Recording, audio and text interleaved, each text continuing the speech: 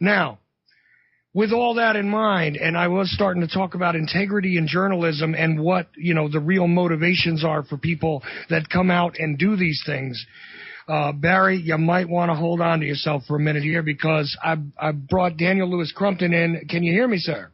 Hi. Oh, boy. Now, just for the notes, the edification of the listener.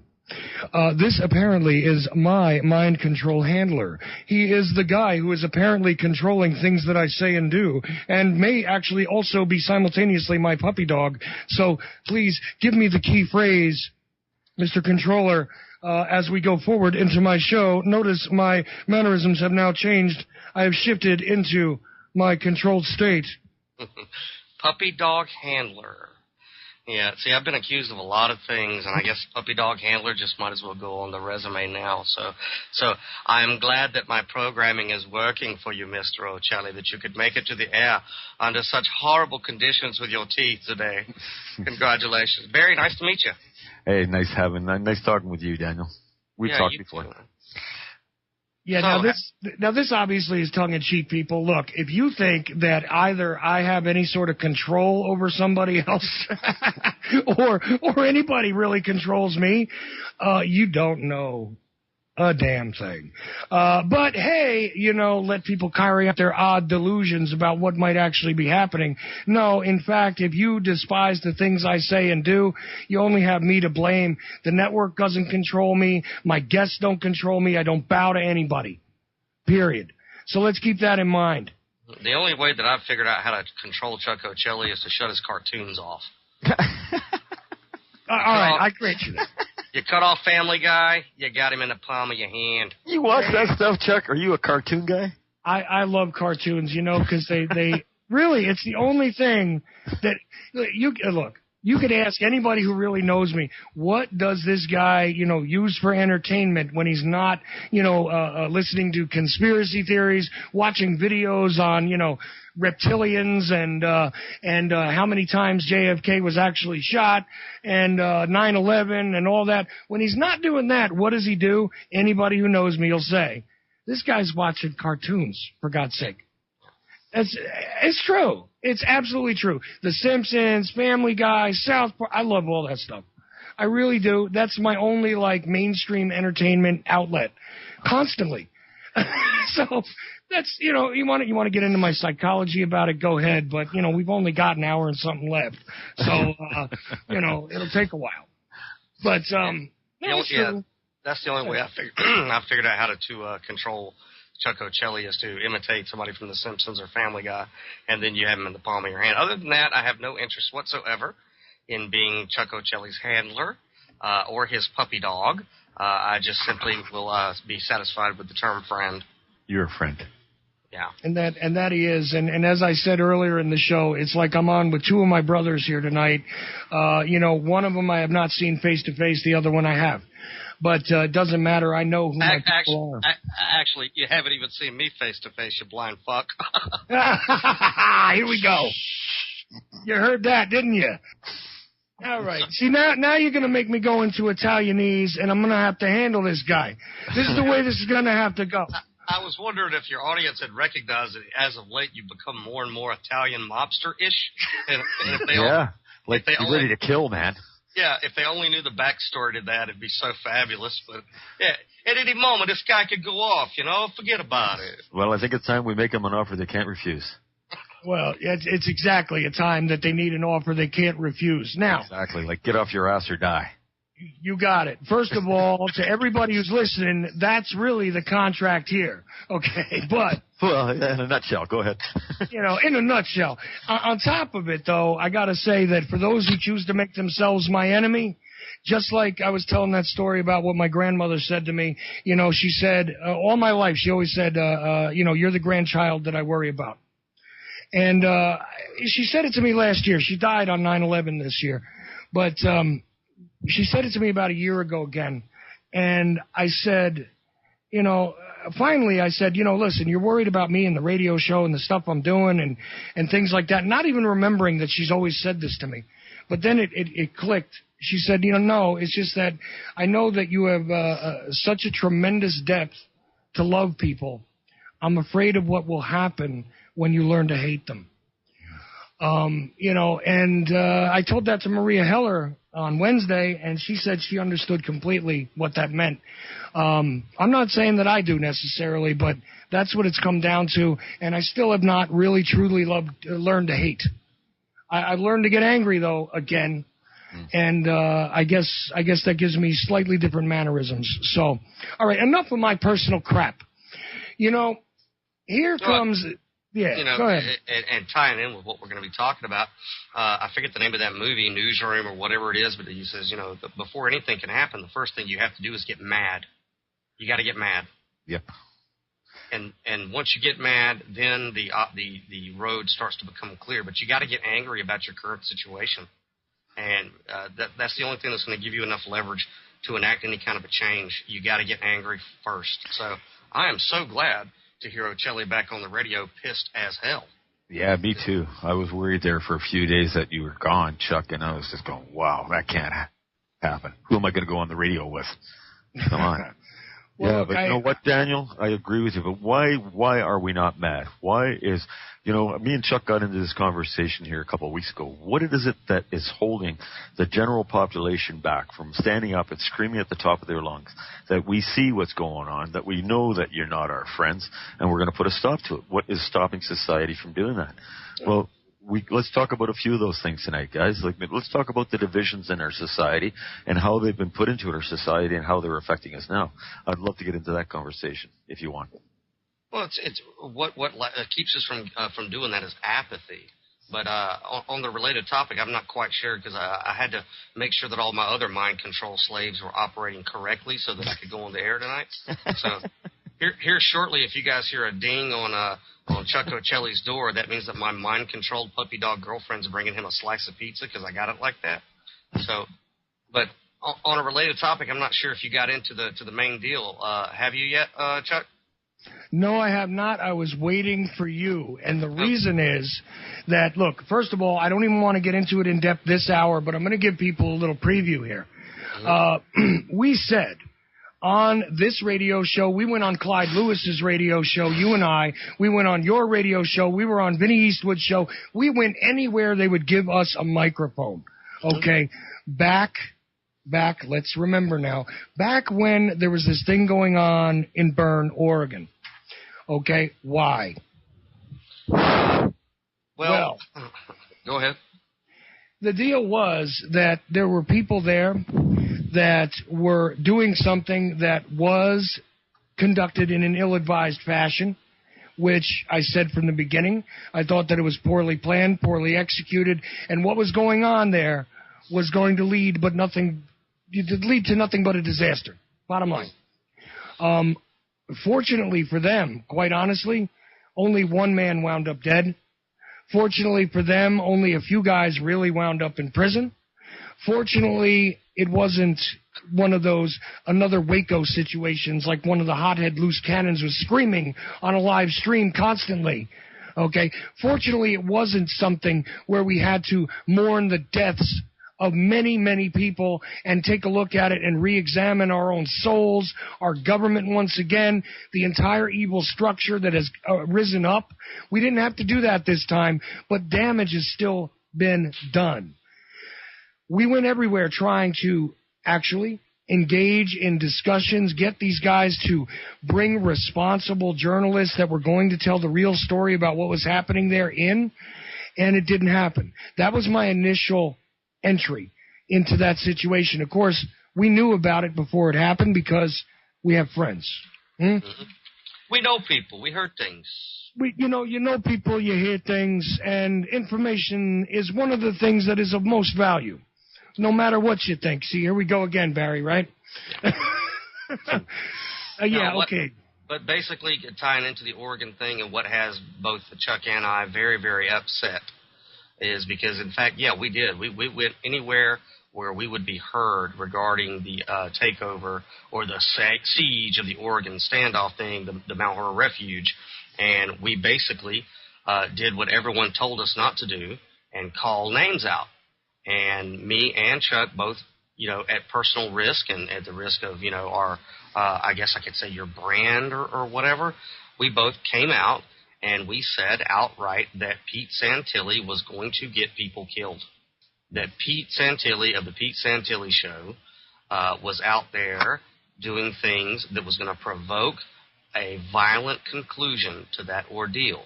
And we made several predictions, and we were, of course, shot down. Oh, no, that's not going to happen. Oh, no, this isn't going to happen. And so far, me and Chuck are batting 100, man. And well, so you're not a baseball guy. We'd be batting 1,000 if we haven't missed yet. Yeah, it's okay. Paintball, then. Okay. Yep. So this week I was extremely I haven't really percolated on all the emotions of it. But the headline I want to read is Feds Dismiss Conspiracy Case Against Oregon Standoff Defendant Pete Santilli on the Eve of Trial. As if we didn't see this coming. Well, yeah, we stated this several times that what would happen, much like in the situation where this guy magically walks away from a gun charge, somewhere else, magically walks away from other situations where it seems like other people got themselves into some hot water. Look, I'm just being an observer here. If it keeps happening, it must indicate something from the pattern, What are you going to do? But meanwhile, everybody said to me during this entire time, and we have another friend who has actually gotten free temporarily, pending the trial, but, he's still engaged in the situation. So I'm not going to comment on him very much, unless you want to, Daniel. That's up to you. But the fact is, we have a friend whose neck is still on the chopping block over all this, and any commentary that I make tonight has no reflection on him, my relationship with him. Like I said, he is still facing charges. He is fighting it in trial, and you guys can keep up with that. It's obviously Jason Patrick. You can go to the Jason Patrick Project on Facebook to get daily updates on what's going on with that trial. You can also go to downloadedcontent.com/JPP to get updates on what's going on with his trial. But what I have to say about Pete Santilli is not married to the relationship that I have with Jason Patrick, nor should it be. Right. I wanted to make that very clear as we go forward that we may have other individuals that are involved in this situation that are not part of this discussion tonight. I wanted to make that extremely clear. Go ahead. All right. So I'm going to read just a few paragraphs from the Oregon Live, OregonLive.com. It says, on the eve of his trial, federal prosecutors in Oregon have dropped the conspiracy indictment against Peter Santilli, a self-described independent broadcaster who was present during the 41-day occupation of the Malheur National Wildlife Refuge in Harney County. Santilli, 51, was the lone person of 8 defendants set for his trial this month who never stayed overnight at the Federal Wildlife Refuge in eastern Oregon. Isn't that cute? And his attorney argued that much of the material he broadcast on his YouTube channel was protected speech under the First Amendment. In a motion filed late Tuesday afternoon, federal prosecutors urged the court to dismiss the indictment, citing U.S. District Judge Anna J. Brown's ruling last week that limited the evidence they could present against Santilli. Now, on a personal note, I wonder how much of that evidence is still going to be used against the other defendants, but that's neither here nor there. For example, the judge ruled prosecutors cannot present evidence of Santilli haranguing counter-protesters at the refuge or badgering traditional news media in an attempt to dispute Santilli's defense that he was simply acting as a member of the press documenting the refuge takeover.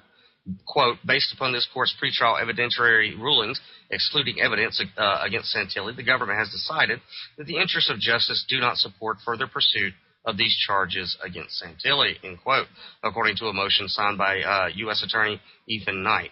And then it goes on. You can read the rest of it at Oregon Live. But basically the premise of them dropping the charges after a few months of him having a vacation is that he was operating as the press.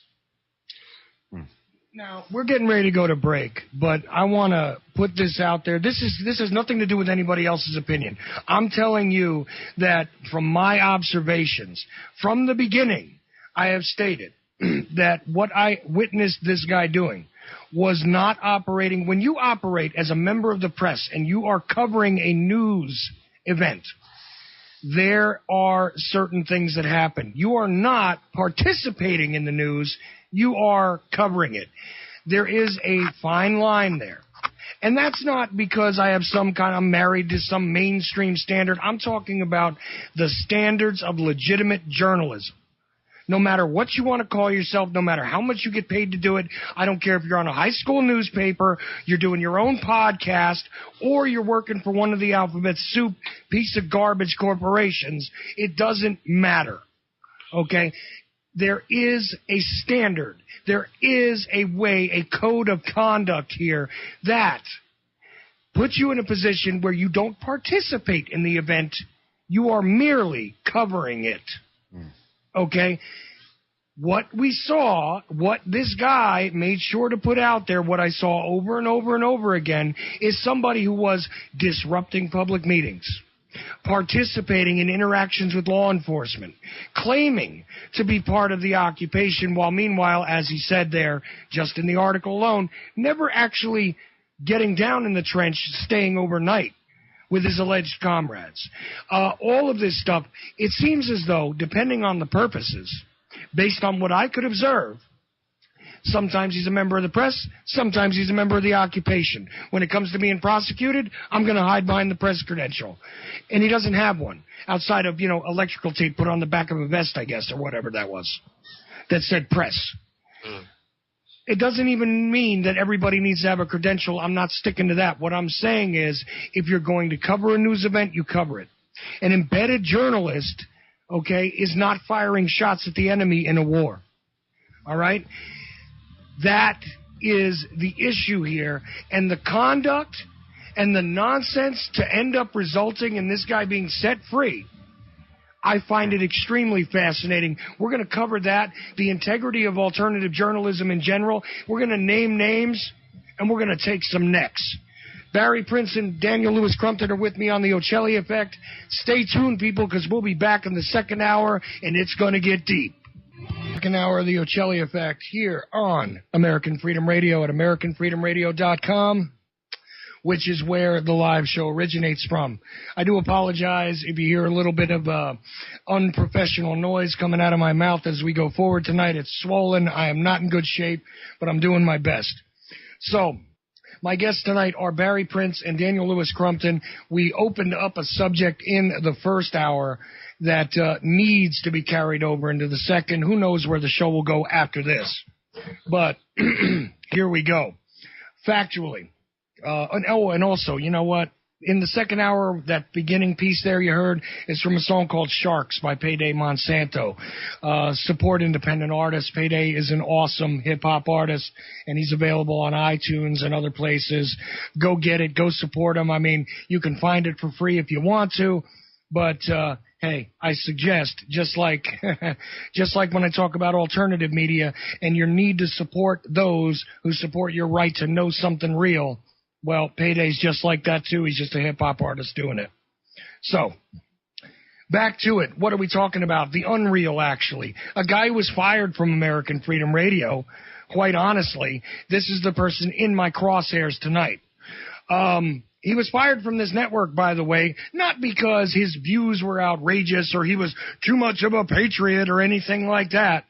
No, folks. Not because his conspiracy theories were wild, although they are idiotic and obviously not studied very well. And although this guy just seizes upon buzzwords and rhetoric that seems to be popular in certain circles in order to cloak himself in something so that you'll have a need to support him, the piece of human filth we're talking about was actually released from this network for attacking other hosts, for being nasty to other people, for actually just being an impossible jag-off in the background, okay? I don't care if his name ends with a vowel. I got no use for this guy. There we go. Fact is, that's the truth about it, because some people have said, hey, Santilli used to be on American Freedom Radio. Yeah, for about a cup of coffee. And you know what? There's a reason why.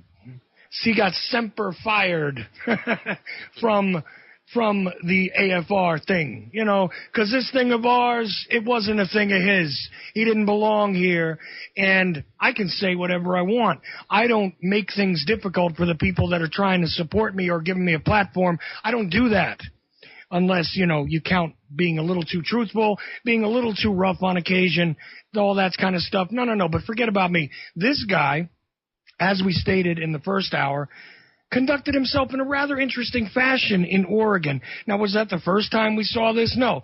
I remember this guy at the whole Bundy standoff running down the street with his whatever iPad, whatever, you know, he always seems to have this wonderful new equipment and brand new RVs to sleep in and money for hotel rooms, thanks to people supporting him for some odd reason or other.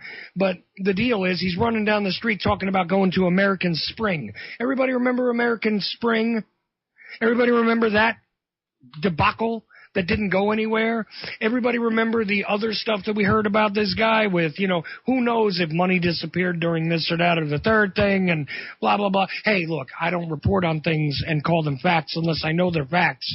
I do know about the rumor mills. I do know about what I got to see, what was put out publicly. I got to know what was happening as far as a journalist, allegedly not being a journalist, but actually being a provocateur in the most absolutely obvious sense possible.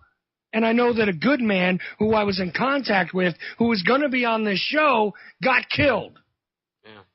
You understand that? I've said this often. I don't know if people quite understand it, but the First Amendment has things like commas and semicolons. But not only that, hang on one second. Just my last sentiment here. The First Amendment protecting this guy, okay, the First Amendment is meant to protect you. It certainly is. But you don't have the right.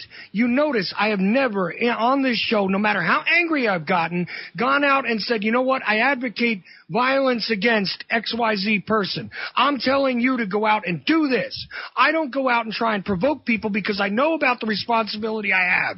As a broadcaster, as somebody who's doing this for real, I realize that even though I might want to see people hung in the streets, I'm not going to tell you to go do it. I'm not going to try and provoke that situation because I know what my responsibilities are.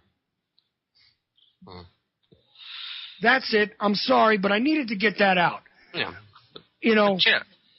I mean, when you look at the First Amendment, which obviously this is what he's hiding behind, it says Congress shall make no law respecting an establishment of religion, comma, or prohibiting the free exercise thereof, semicolon, or abridging the freedom of speech, comma, or of the press, semicolon, or of the people or the right of the people to peaceably assemble, comma, and to petition the government for a redress of grievances. Now, why I make that point is if you're going to be a journalist, if you're there to report, you're within that comma of the press.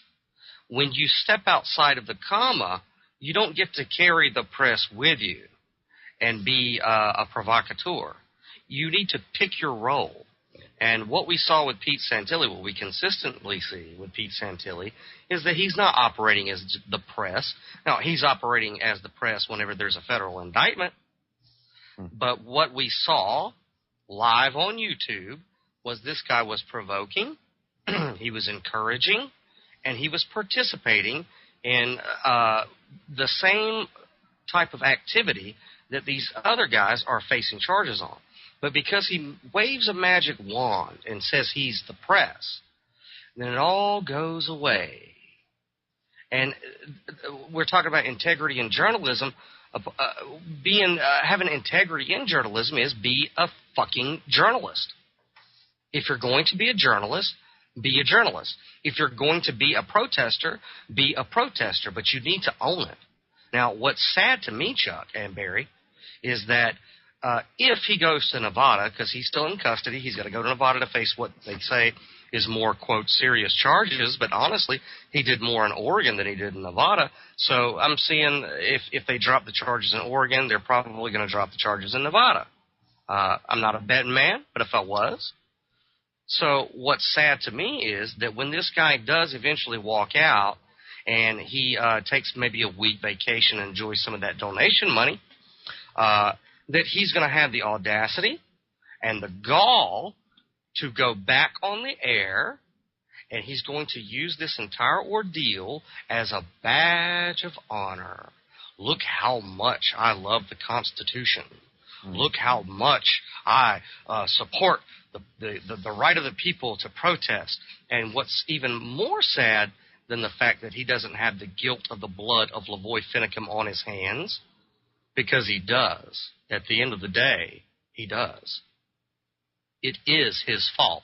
I'm not speculating. I'm telling you as a rational, logical person that was watching this unfold in front of our eyes that Lavoy Finicum is dead due in part to Pete Santilli making these people feel like the majority of the people on the outside were behind what they were doing, and that's not so. That's just not so. So when he does get back behind a microphone, it is going to shock me, believe me, that there are going to be so many other useful idiots who will tune in and believe his horseshit and support him and send him money and only bolster this attitude that got a whole bunch of good activists who, whatever their intent was, they're facing charges, and a guy dead. Now, to me, that just says something that there's a danger that of cult of personality now on the internet, and he's one of them. And he's only going to get more and more people harmed, and it just baffles my mind. Well, and see, it does baffle me as well. Let me ask you, Barry, a question. I want to ask you this question. Just look, let's put aside all the sentimentality and what we just discussed here in specifics for a second, okay? There are individuals that you see as you observe certain things that happen on this planet. I'm not even going to get into specifics. But I guarantee you, Barry, that in your heart, in the very pit of your soul, as much as you are a Christian, as much as you are, the old hippie, and you're a peaceful man, tell me the truth, though. Sometimes there are people that you look at and you say to yourself, you know what? An act of violence happening to this person would not bother me at all. If this person got themselves killed sometime, it would not bother me at all. If this person ends up with cancer, it's a good thing. Whatever. The fact is that there are simple individuals on this planet who are so reprobate, so evil, that no matter how good of a person you are, you may want to see harm come to those people.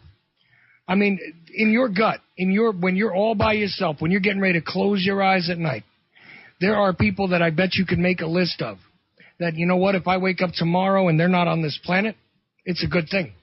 Am I right or wrong in a general sense? Well, of course you're right, Chuck. There's lots of people that, myself, I kind of look at it like this, buddy. There's people on this planet right now that don't really deserve to be here. They're not humans. They're, like you said, they're beyond anything that I can even describe as evil. I can't even begin to figure out what goes on inside these people. I cannot. Right. But you know what, Chuck? It's not me in the end. And this is based on what I honestly believe, is they're going to have to stand in front of somebody who's a lot more powerful than me, and they're going to have to answer someday for everything they're doing. And I'll let him deal with it. And you know what, buddy? When I'm at the very end of my day, when I could get mad at so many people in this world, I have been screwed over by people. I've been taken advantage by people because it's my nature. But you know what? It's all water off my back now, buddy, because at the end of the day, I know he's going to deal with them, not me. And he is the one that will tell them where they're going to go when they stand in front of him. And that, believe it or not, is how I deal with the anger I have inside of me towards people. There's people in this world I'd love to see dead. There's people in government I'd love to see dead. But that's not my place to do that. It's not right for me to say, hey, I want you dead. I got you. Because they deserve to be dead, Chuck. I'm just going to leave it to somebody else to deal with them in the future. No, I got that. No, hang on. Okay, go ahead. There's a second part to this. I just wanted to recognize that no matter how peaceful and loving a person you are, that there is a level of there is a way that you go on the radio. You've had a radio show for years. You have people that listen to what you have to say. How come you're not on there? Because you could say whatever you want. How come you're not on there telling people that they should do that? How come you're not on there trying to create a situation where something happens to these people? How come you're not doing that? Well, because that's not what I'm here for, Chuck. But I know there's individuals out there right now in the world that are doing that. And the gentleman you're talking about here, that's exactly what I see him being, as a controlled mechanism that is there for a reason, to stir up certain parts of society to get a reaction from those parts of society that the government wants. That's what I see going on there. But anyway, he's a snake in the grass. Yeah, that's interesting. But I mean, for you personally, how come you haven't, because I've listened to you many times. How come you're not on there making a list and telling people, you know what, if any way you can harm this person, harm this individual, harm these people, how come you're not doing that?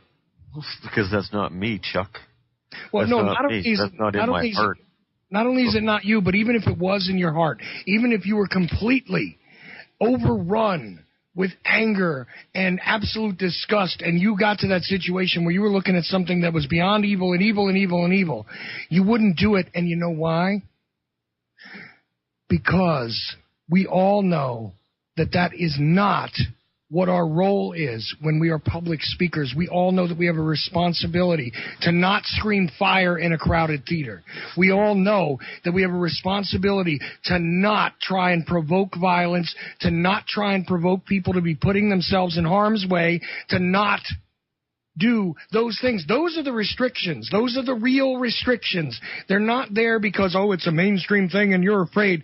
They're there because it is the responsible, decent thing to do as a human being. It doesn't matter what your agenda is. It doesn't matter what your political beliefs are. It doesn't matter if you're an idiot and you're on here telling us that Donald Trump is the most wonderful human being in the world. It doesn't matter what it is you want to say. These are the rules. Mm-hmm. Okay, these are the rules for speaking in public. These are the rules. Not because it's a crime, although it is. Not because it's a crime, but because there is a moral responsibility to participating in this world, in the media, but in general, even if you had 5 people in front of you and they were just hanging out with you at a coffee shop, you don't do this. Because why? This is not what a decent human being does, period. You don't provoke other people to put themselves in harm's way. You don't encourage violence. You don't encourage criminal activity, okay, that is reprobate and absolutely ridiculous, okay? You don't do that. That's what's not done. Did I miss something here, Daniel? I mean, and what are we looking at here? Well, I mean, you know, like for me, I don't really call myself a journalist. I'm more of a commentator. So I basically say what my opinion is. Now, but that still puts the burden of a responsibility on me that if you have some type of influence over people and they listen to you, you have to know, especially if you're getting them to send you money, that what you say does carry a great amount of weight with what's going to determine their actions. You know, this is something that should be kind of self-evident. So the fact that he's now crying, oh, I'm just a journalist, people can make up their own mind. Well, no. Yeah, they did make up their own mind, and guess what they did? They did what you told them to do, or what you blew out of proportion that they were doing some just and righteous thing, and they engaged in activity that brought indictments. Now, if he's going to cry ignorance over that, I got another thing coming. I mean, you got another thing coming. This guy, he had to know that if you put a spotlight on somebody and blow up their ego, which is what I believe happened at the Malheur Refuge, was that they had very little outside perspective on how the Patriot movement was looking at what they were doing. He was kind of their feedback on that. And he blew it up as if everyone is behind you. This is a just and righteous cause. Keep doing that. In fact, not only should you keep cutting down fences and removing cameras, you should do it while I'm live streaming. How about that? So he had to know that this was something that was probably going to happen. In fact, he did know. You could look at his live stream and tell that he knew. He was inciting them for further and further action. Now that you bring all this up, now, like in this article that I was citing from, he's saying that, actually Pete Santilli was one of the rational people who were trying to talk them out of the refuge. Now, Chuck, talk on that for a second, because me and you both know that is one big pile of horseshit. Well, this guy was turning around. Look, on his own presentations, not looking at any opinions, you can find this guy contacting the FBI, allegedly, because he's doing it with a cell phone, contacting police, making demands, stating that he's part of the occupation, okay, whipping up all sorts of different things. Then later on, not only participating in the actions you listed, but a lot more. This was a streaming event for how long was it? It was weeks, wasn't it? Yeah, it was a little over a month, I think. So during this time, he also would go as an emissary to different policing agencies. And at one point, there's a nice clip of him going, hey, listen, I'll try and talk some sense to them. Yeah, that's right when he was arrested. Yeah. Right when he was about to be brought into custody, he said, look, guys, I'll go down there because, I'm this cool walrus with a cowboy hat, and I'll talk some sense into these guys and bring them out. Oh, yeah, at the very end, before he's brought into custody, now he wants to talk people out. But was that the case for the entire month or so? Absolutely not. It didn't appear that way when he was purposely disrupting public meetings, which were meant to be an interface between the public and the policing agencies, filming it, but also getting himself thrown out so that way he could have that little badge of honor, interrupting people when they were talking, making sure to make himself into a nuisance, okay, and disrupting things which honestly could have created dialogues, okay, like it or not. A dialogue between the authorities and these individuals was going to be necessary in order to bring this to anything remotely resembling a decent conclusion, a peaceful conclusion, a less violent, a less difficult, a less problematic. You need to negotiate a situation like this, one way or another. Right. And he was counterproductive to that. He was inciting and taunting the agents of all sorts, the policing agents. He was inciting and taunting. In other words, both sides of the equation, this guy was actively taunting an already precarious situation. I'm using his own presentations to tell you that that was apparent all the way throughout the events. Now, another thing that should be noted, I can't recall the guy's name, but he also has a YouTube channel. And this guy was actually in favor of Pete Santilli. And what he was doing was he was taking the live stream, and he was, I guess, jumping it off of his YouTube channel or taking clips from Pete Santilli to support Pete Santilli. Okay? Because he had, I guess, drank the walrus Kool-Aid, so he thought that Pete Santilli was doing a just and noble thing. So all he was doing was trying to spread the word, get as many eyes out there. You could go to YouTube, and I'll try to find the link before we go off air, where Pete Santilli hears about this cat, realizes that he's not getting a cut of any Google AdSense or donations from this cat, calls this cat up live on the radio, not knowing that he's live, and proceeds to rip his face off for having the audacity to run his Pete Santilli's material. Now, that clip, and it is important for me to find it before we go off air, that clip right there tells you the motivation of Pete Santilli.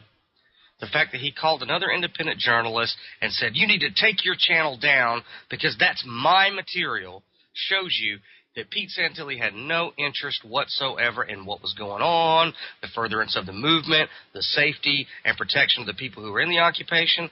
His motivation came down to one thing, and it's dollar signs. And the saddest commentary on this comes from another one of these YouTube followers who was involved with Santilli, who was all the way behind him, was this kid, David Fry. Okay? David Fry, if you guys don't remember, is the kid screaming, stay tuned, watch us die on live stream tonight, when things were coming to an end. Okay, after some people had been taken into custody already, after Finicum is dead, after Santilli just doesn't seem to be on the scene anymore, and he's got some drunk dude in the hotel room with his woman Deb or whatever over there. This is what's going on. This kid is screaming, watch us die on live stream. We're all going to die. We're going to get killed here today. It's coming now. The government's coming. This is the apocalypse. Screaming and yelling like this on live stream. Okay, completely out of control stuff, even though nothing's happening at the time. They're going outside. They're hearing noises outside in the dark and screaming that, the automatic weapons are getting loaded. I have guns on me, all these things. Isn't that just a wonderful post-mortem on the situation? That's exactly, and they took those kids into custody at the end. But it was absolutely, I was astonished by that particular piece of footage, by the fact that was being rerun all over the place. I mean, I don't even know if it's on YouTube anymore, Daniel. I don't know either, but I mean, if you want to look at the effectiveness of this whole standoff, Pete Santilli's little 3-ring circus, because at the end of the day, that's the way I look at it. This was Pete Santilli's 3-ring circus. And I know that there were some people who were there, I've said this ad nauseum, who had great motives. They went there with the best of intentions to further the Patriot movement and to make a stand. The minute that Pete Santilli showed up, it became the Pete Santilli show. And what did it do to the Patriot movement? It took a wooden stake and it put it right over the heart and it slammed it into the earth. Because the people that I know that are activists don't want to have anything to do with activism anymore, hardly. Why? Because of stupid shit like this. Why?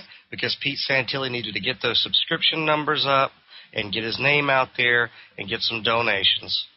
So this not only was not productive for the liberty movement and the whole idea of the Constitution and standing up for your rights, it was so extremely counterproductive that it has injected so many activists with apathy now. That's absolutely true. There are guys that used to very much be not just the typical Patriot movement guys, but I mean really intensely, with the greatest passion, with the greatest love. And now, quite honestly, most of them are embracing anarchism. Mm-hmm. They're anarchists. They don't want any part of the nonsense that they saw.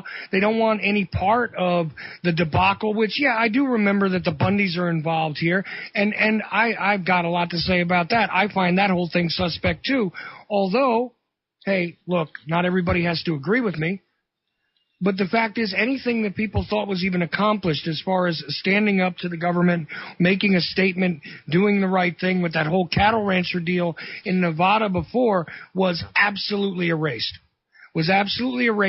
And, in fact, I think irrevocably damaged by this entire situation. We could talk about the leadership here. We could talk about all of it. But one thing I guarantee you is that somebody who claims to be a journalist was not a journalist, and you could not have scripted a better sabotage agent than this guy. You could not have scripted. The only thing that he didn't do, really, was get a good body count out of it. That's really the only thing that could have gone more in the favor of those that want to make any of us who talk about our personal liberties and our personal freedoms into basically raving lunatic idiots who can't think their way out of a paper bag. If that was your agenda, then the only thing he could have done better is gotten more men killed. Yeah. Other than that, tell me what was accomplished. And really, I want to turn to Barry at this point, because Barry's the Canadian. Barry's outside of the U.S., but Barry did see this happen. I know you did, Barry. Mm-hmm. And I want to know something. What does this look like across that line in Canada? What does this look like to you in general? Forget about what we're even talking about, but what is the lasting impression that you got from that whole situation, sir? Honestly. Well, I'll be quite honest, Chuck. I haven't followed it as closely, anywhere near as closely as you and Daniel have. But just a general observation of what I've seen and what I understand of the whole situation would be exactly what you just said. Chuck, he was a saboteur. You couldn't script a better one if you tried. And if their objective was to, like you said, divide and destroy the alternative media or some of the mindset of the alternative media, I think they accomplished their mission, wouldn't you say? I mean, I haven't followed it as well as you and Daniel. I've only touched on the fringes. There's so much going on that I really didn't follow as closely as maybe as I should have. There's a bunch of other stuff going on. I'm probably in the bush picking mushrooms. this time of year. But that would be my general observation, is that this guy was and is a paid saboteur, possibly. I think that's a possibility. I mean, I'm not saying that that's the truth.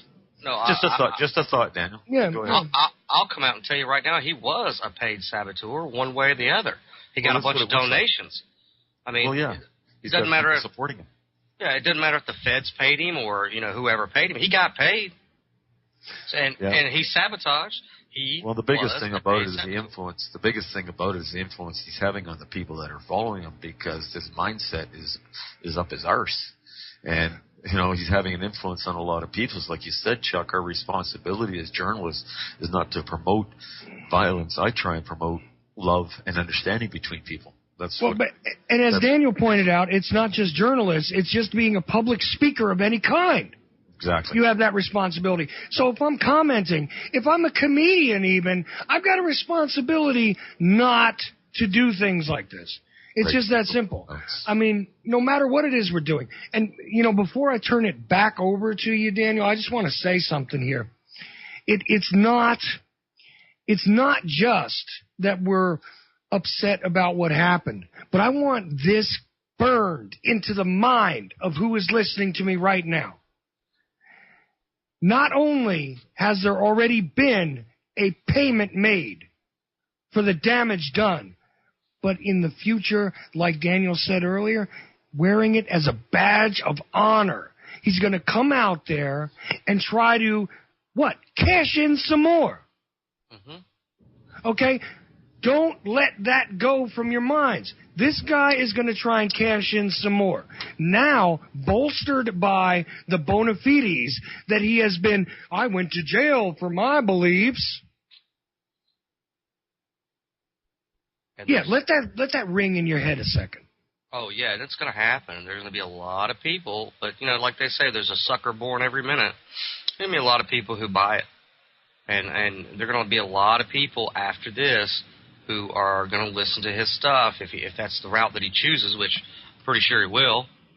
That, my concern is, what is going to be the next event where he's going to be bolstered by his quote-unquote supporters.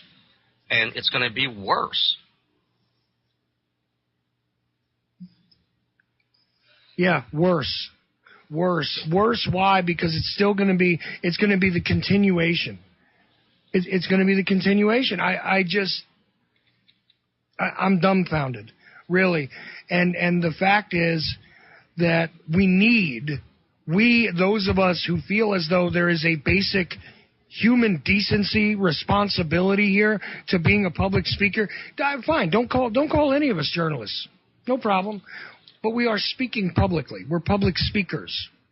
Okay, by speaking publicly, you have a responsibility. Yes, you can say things that incite thought. You can say things that incite actions. That's for sure. You can do that. That is usually the point of speaking publicly. Okay? But you have a responsibility not to go out there and do harmful things for the sake of harm. Yeah. It's that simple. But, I mean, even me personally, because you know me, Chuck, I used to be a huge activist.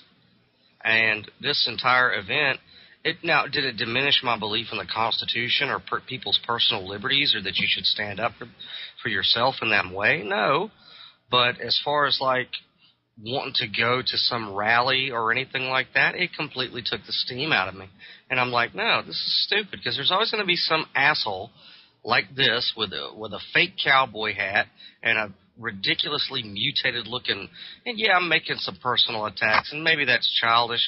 Give me a little bit of levity. The guy kind of pissed in my cornflakes, okay? But this guy, there's always going to be one of these guys. Now, Chuck, I know you personally, you know me personally, and me and you have had long conversations, obviously off the air, and we actually, believe in what the hell we're saying. Yeah. We really do believe in it. When you get off the air, the stuff that you're concerned about on the air and the stuff that I'm concerned about when I'm not writing or when I'm writing or when I'm on the air is the same shit we talk about off the air. Oh, absolutely. As a matter of fact, the 2 hours you hear here is like a warm-up for what's really coming out of my mouth normally anymore. Yeah. I mean, that's the truth. This is like a hint at what's actually going on as far as my conversations with people, my interactions, my advice to others. Hey, listen, we should conduct ourselves this way because, after all, why are we bowing to the state? This is the kind of stuff I discuss just in general conversation. Okay? Yeah. Like, this is who I am. Yes. Right. And this is who you are. You go. And it would be great. I mean, me and you, we live by the seat of our pants. We don't know when the next meal's coming. That's fine. And it would be great to get donations in. It would be great to get our numbers up on our websites and our YouTube channels. All that stuff would be great. But not one time have we ever had the conversation of, well, how can we, spin some shit in a way where it could cause damage to other people in order to do that? Yeah. At the end of the day, true journalists or public speakers or whatever it is that the three of us are, at the end of the day, yeah, those things would be great. I'd love to have a huge audience, as huge as Pete Santilli's, but not just for the sake of having an audience, because I am doing exactly what Pete Santilli should know, which is in trying to enact change in people's minds, but not at a cost of integrity. Exactly. That's why I like being on with you guys, because I know where you're coming from. That you live, breathe, and sleep what we're talking about here on the air. And I find myself doing the same thing every day. I start conversations with people, and it's just like you're on the air because we know that it's our responsibility right now to try and inform, educate as many people as we can. A lot of people will never listen, but some will. And if, you know what, in my life, if I have one person listen to me, and I have any kind of influence in common sense thought to that person, well, that's a good day. Yeah. But, thousands would be great, but I hope that our common sense thoughts do influence people, because we're basically, all three of us are coming from a common sense background that nothing makes any sense in the world anymore. There is no common sense in the world, and what we're missing is common sense. Oh, yeah. And look, sometimes, we do it by different mechanisms, but the message really remains the same. You know what I mean? I'll turn around and I'll make ridiculous statements to be sarcastic. I know I'm sarcastic on this show. I do it all the time. I know that. But the fact is that when I do that, I'm trying to provoke a certain level of thought. I am trying to get people to think for themselves, not to be followers. I don't want a bunch of followers who, and you know what? Yeah, the money would be nice and all that, but I don't care. It's not a matter of how much more he's getting there. The thing that hurts me is that people are following this kind of nonsense, okay, and thinking that they're on the same kind of path that they would be by listening to what it is that we talk about. I mean, if you think the fact that we talked about nature and natural solutions and mushrooms and stuff at the beginning of the show doesn't have to do with what we're talking about now, re-examine it. It does. We're talking about getting back to things which are your natural rights, which are your natural way of being, which are who you are. Be yourselves, whether I agree with you or not. Think for yourselves. Why am I telling you this? Because that's what I want to see. I would like to see a better world. I would like to see an improvement. I'm not looking to line my pockets. I'm not looking to gain fame. I don't care about any of that. If I can get just one of you to change things for the better and you can affect other people's lives, mission accomplished. Right. As far as I'm concerned. Oh, and by the way, call me ADD, but that video that I was referencing, I just dropped it into the chat room, and it's called Burns, Oregon, Santilli hangs himself live on the air, TCR radio. And that's the Connors Report. And it's basically, you guys could go into the chat room or you could look it up later if you're listening on the rebroadcast and listen to 11 minutes of Pete Santilli ripping the face off of another host who was supporting him because he used his material and he wasn't getting a cut of the money. So take that and put it in your pipe whenever Pete Santilli starts his show back up again, and then you smoke the living hell out of that. Because that's what he really thinks of his audience, and that's what he thinks about anybody who's listening to him as another stream of revenue. And like I said, if Pete Santilli were getting a stream of revenue based off of his true conviction and true passion, that'd be great. That'd be wonderful. I would be applauding him. I would probably send in a little bit of change. But that's not the case, people. It's not the case. And while douchebags like this are out there excelling and will continue to excel, people like Chuck, me, and Barry and other real broadcasters that we know who really do this are like, what the hell's going on with these people out here? We're giving them hardcore truth, and they're going to this guy. And it's like, I'm wondering at the end of the day, do people just want to be deceived? Do they want to be led down a primrose path of destruction? What? I don't understand it. That's the million-dollar question, isn't it, Daniel? Yeah. I mean, why can't people see the trees for the forest? People don't want the truth. And I've really kind of come to my conclusion with a lot of people because it's like you could walk into a courtroom and shoot somebody in front of them and they still wouldn't find you guilty. Is they don't want to know the truth because the truth will just absolutely knock them right out of their comfort zone. A lot of people still refuse to believe that their government is evil. They still think their government's good. A lot of people still believe their doctor is a good guy. Well, a doctor is the biggest hypocrite in the world, and they're not a good person because they're not providing the information that you need to really heal your body. They are there to push drugs and make millions of dollars for big farming.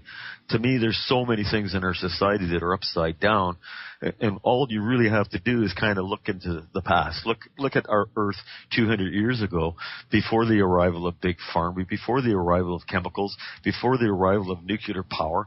What did we have? We had an absolutely incredible creation that was totally self-sufficient, that every part of this earth interacted with every other part of this earth. And what do we have now? We have a complete breakdown in all those systems due to greed of big farming and the chemical industries and the nuclear power regulations. It's all upside down. And if we're going to have any kind of future for our children, and that's what kind of drives me every day as I look at my grandchildren. I go, wow, I've kind of enjoyed a pretty good life. I've enjoyed the outdoors and the abundance of the ocean and being able to go in the bush and all this other neat stuff that I've been able to enjoy. But, right now I can't sit here and tell myself that they're going to enjoy the same thing. So this kind of drives me every day to get out there and just common sense, guys. What are we doing? What is our legacy? What are we leaving for our children? Right now, we're leaving the biggest pile of shit that we could ever leave for the next generation. And here you guys go deal with it. Well, that's not right, guys. We got to try and do what we can do right now to knock some sense into people's heads, however we do it. And talking with you guys is it just gets me going. Right. Well, real quick, Daniel, according to a source right now, a source is telling me that he is actually, Santilli is physically in Pahrump, Nevada at this moment, apparently in custody there. He transferred there to, deal with the charges, I imagine, stemming from the 2014 events out there at the Bundy Ranch, I guess. Right. I don't have a complete report here. But, yeah, that's what I'm being told according to a source. People give me information on Skype while I'm doing the show. So that they verify that that's exactly where he is at the moment, just so you guys know. Go ahead. And kind of touching on what Barry said is, and I hope that we don't sound like, pessimists on the radio here, because we are optimists. I am anyway. And especially like in the truth movement a few years ago, you start talking about stuff like this and you're going to end up in a rubber room for the most part. But like last night, and Chuck, he's a pagan, I'm a Helionostic, and Barry's a Christian. And so we're all together. We're all doing something. Right now we're running our mouth, but we're doing something together in a form of unity. And so, like, even last night, me and Chuck, we were talking, and, of course, we're dealing with some issues here in my home state that we're about to start addressing as, because we believe in doing what we're actually saying, making a difference. And, one of the neighbors around here, he happens to be a Jehovah's Witness. And he's going through the same issues that we are, because this problem is affecting all of us equally. And we all came together and decided, look, we as Americans and human beings need to come together, put our differences aside. We want to have theological debates later. We can do that. But for the time being, we all believe that we're from a higher source. There is a bigger God, whatever you conceptualize God as. And we need to do what that force has said and utilize our powers and abilities, gifts, and talents to solve this problem together. Exactly. And that's the biggest task facing the human race right now, Daniel, because like we said earlier, what I mentioned earlier in the show is that we have so many divisions in our society that are stopping us from doing that. And, you know, these divisions that we see in our society now, these have been put in think tanks 40, 50 years ago. And I honestly believe they were put there to get us to this point in this particular time where we cannot identify the enemies, that we're fighting amongst ourselves and not able to identify the enemy. So we have to put aside our differences. Whatever your differences are, the most important thing right now is to be able to identify the enemy. And he's not across the ocean. He's right there in your backyard. Until people can do that, you know, as a group, as a mass amount of people, we're not going to achieve what we need to achieve. That's right. So we have to get rid of the divisions. And that's something, Chuck, that I would really like to sit down some night and have a good conversation about it. Because people don't identify these divisions, because these divisions have been put into our society over a long period of time. If you were to do what they've done in society over the last 40, 50 years, if you did that in a year or two, society would recognize it for what it is and they'd scream. But this has been done incrementally, very, very slowly, because people don't identify the changes.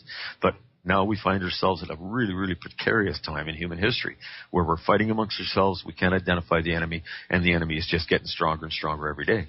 Go ahead. My thoughts. No, hey, look, how can I say it any better? You guys are exactly right. You know, I know we focused on something that is not a happy topic so far, you know, in this hour especially, but quite honestly, there's a lot of things that are not happy. There's going to be more to come on that situation that Daniel just mentioned, because I'm definitely in the mindset to declare war on the things that need to be done battle with. And you guys wait and see what we're going to do. Yeah, we can't talk about it too much now because we don't want to give the game away. But Chuck, before we do run out of too much time, I would ask for your permission to take a personal moment to issue a call to action, if that's okay. Oh, absolutely, man. You know me. Go right ahead. All right, and this is something that everybody can do, no matter what your religion or politics are. If you are in the state of Georgia, there's a situation that my family is currently dealing with. Chuck knows all too well. And you happen to see a red Jetta with the tag number of CAW6281. That's CAW6281. It's a 2011 Volkswagen Jetta. I would like to give you a little backstory on why am I asking you to look for this car. Because my mother is a 73-year-old woman with COPD on oxygen and a convicted felon by the name of Keith Thomas Bostic. He is 6'2", 236 pounds, heavily tattooed, poorly tattooed, I might add, with brown eyes, brown hair, which is thinning, and a propensity for running away if you use more than two-syllable words. Stole this car from my mother, who is the salt of the earth, and is currently, we have no clue where the car is. So, if anyone in the Georgia area would be so kind as to keep an eye out for this red Jetta, or the Frankenstein piece of human filth that would steal it from one of the kindest, gentlest, most trusting women on the face of the planet, please do your duty as a human being. And then call 911 to report this car.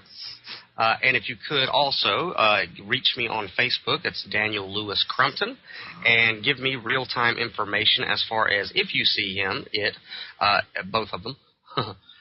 Please let me know so I can contact the authorities, but obviously contact the authorities first yourself. His name is Keith Thomas Bostic.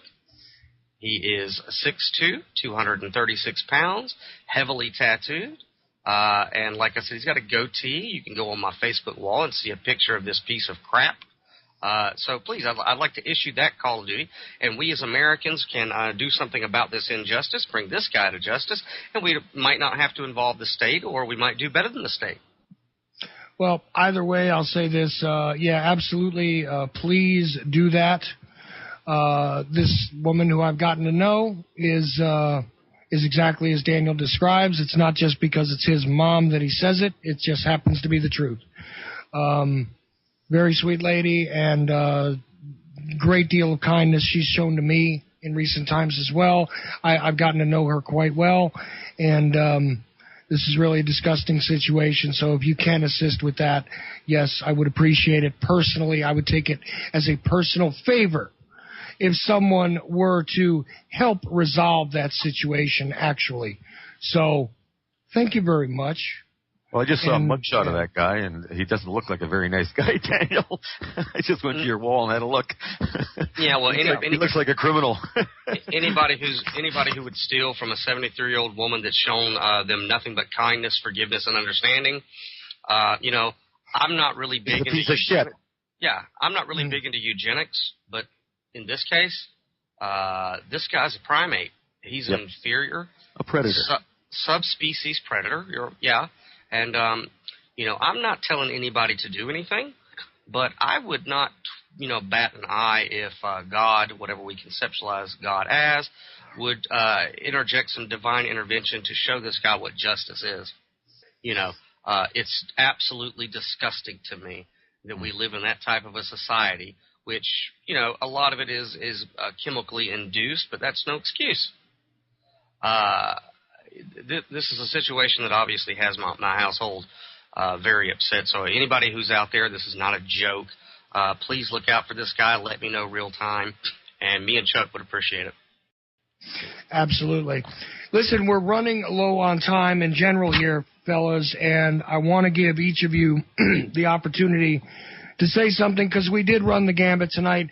We went from, natural solutions to disgusting, irresponsible idiots, all the way to other disgusting individuals who have committed other types of crimes, even if they're not being prosecuted currently for them. We're talking about criminals. We're talking about what the solutions are. And remember this, all of the solutions to the problems that are around already exist. So, Barry, I'll give it to you first. I mean, I know you didn't expect to go through this kind of ride tonight, but hey, when you come on the Ochelli Effect, you never know what's going to happen. Hey, it's been a blast, Chuck. I love talking with you guys. I really do. It gets my mind going in a million different directions. My biggest focus now is just trying to educate people a little bit on what can be done naturally with their body, because it's the source of all problems. If we have a healthy body, we have a healthy mind, we have a healthy life. We are being bombarded with the chemicals left, right, and center in our society, in every aspect of our society, every aspect of our life. We're being forced chemicals, and our bodies are becoming weaker and weaker, and our minds are becoming weaker, and our souls are becoming weaker. We need First, we need to really take care of this planet, guys. It's our responsibility to take care of this planet. We cannot leave what I see coming to our children. We got to look ourselves in the mirror, and as responsible people, if you love your children, which we all do, we love our children to death, we really got to look maybe 5, 10, 15 years down the road. What we see happening now to this dear planet is only going to get worse. And and there is solutions out there. Everything we need, I honestly believe this with every part of my heart, is that everything we need to cure and fix our planet, our lives, our health, our minds is provided by the planet, guys. And the sooner we can all learn that, the sooner we can get on the right path, because everything that we've done to our bodies and damaging effects can be cured and healed. So absolutely. That's all I'm going to say tonight, Chuck. I love you guys. Thanks for having me on, and I'll be thinking about you, really thinking hard about you gentlemen and people when I'm walking through the bush. Thanks, man. Listen, is the Big Puzzle going to be back on soon? We're just working. Annie and Rick are they're still homeless, guys. I mean, it's devastating what's happening to them. I'm in contact with them all the time. We're trying to find a house. They still haven't been able to find a reasonable residence. They found lots in high prices, but nothing they can afford. So it is a troublesome thing. Yeah, it is a troublesome thing. And of course, Rick and Annie is Shake and Wake Radio. But I want to see Barry Prince's The Big Puzzle back on. If you guys are interested in talking to Barry, though, he's approachable on Facebook. I am. Daniel Louis Crumpton, the author of Then Came the Flood, by the way, which we almost never mention. Also, downloadedcontent.com. just a minute real quick there, Daniel, the closing thoughts on tonight's discussion. Yeah, well, I want to second what Barry said. When the mind is weak, the body will suffer, and vice versa. It is important that we all kind of get our temples in order so that we can think clearly. That is the first thing. As far as I go, everybody can find me at downloadedcontent.com. Obviously, those are my writings. You can pick up my novel, Then Came the Flood. And, as far as what we're talking about tonight, it is important that at the end of the day, no matter who you listen to on YouTube or on iPod or whatever, whoever it is that you listen to, the most important thing is that you take about 10 minutes afterwards and actually think for yourself. Don't be reactionary to anybody who is telling you or giving you information. Think for yourself. Take a minute and think about things before you possibly get yourself in a situation like these guys in Oregon. Because, at the end of the day, that all sin is from ignorance, and it's just not knowing. And so it's important, gather information, but the thing I would leave it with, Chuck, is the most important thing is think for yourself. Use your own mind. And that's all I got, so.